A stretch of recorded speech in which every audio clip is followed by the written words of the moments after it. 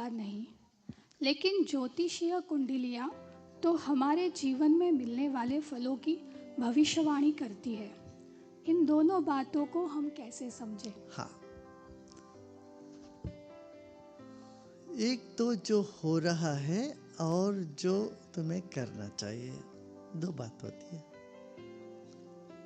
कुछ हो रही है बाहर और तुम्हें कुछ करने का मन कर रहा है। तुम्हारा अधिकार किस में है? जो तुमको करना है उस पर तुम्हारा अधिकार है, और जो हो चुका है उसका फल रूप में आ रहा है अभी, उस पर कैसे है तुम्हारा अधिकार? उस पर किसी का अधिकार नहीं है। भगवान कृष्ण यही क्या कहा कि जो तुमने पेड़ लगाया, ये लगाने का मनवा लगाया, अब पेड़ में फल आ गया या फिर फल नहीं आया, इस पर तो तुम्हें कोई अधिकार नहीं है ना। तुमको पूछ के तो फल नहीं आया, फल आ गया। तो जो फल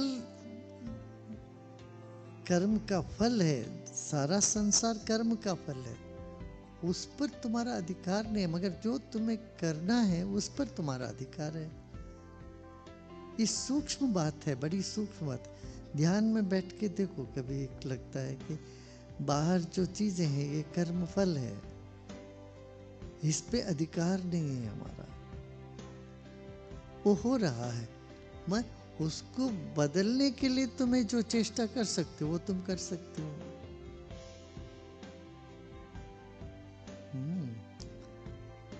अब बारिश हो रही है, ये कर्म फल समझो। अब तुम्हें भीगना ही नहीं भीगना, ये जो तुम करते हो वो तुम करो।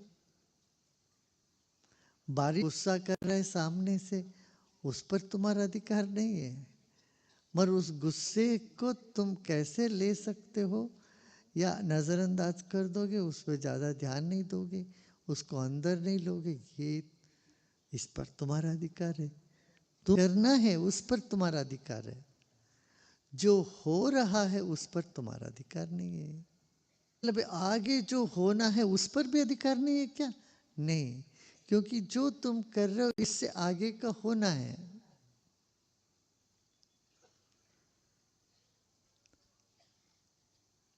ये बात है, ये बड़ी सूक्ष्म बात है। ऊपर से सभी लोग कह देते हैं कर्मण्येवाधिकारस्ते मा फलेषु कदाचन, तुम कर्म करो, जो फल मिलता है मिलने दो, ऐसा करके एक बहुत उस पे बोल देते हैं लोग,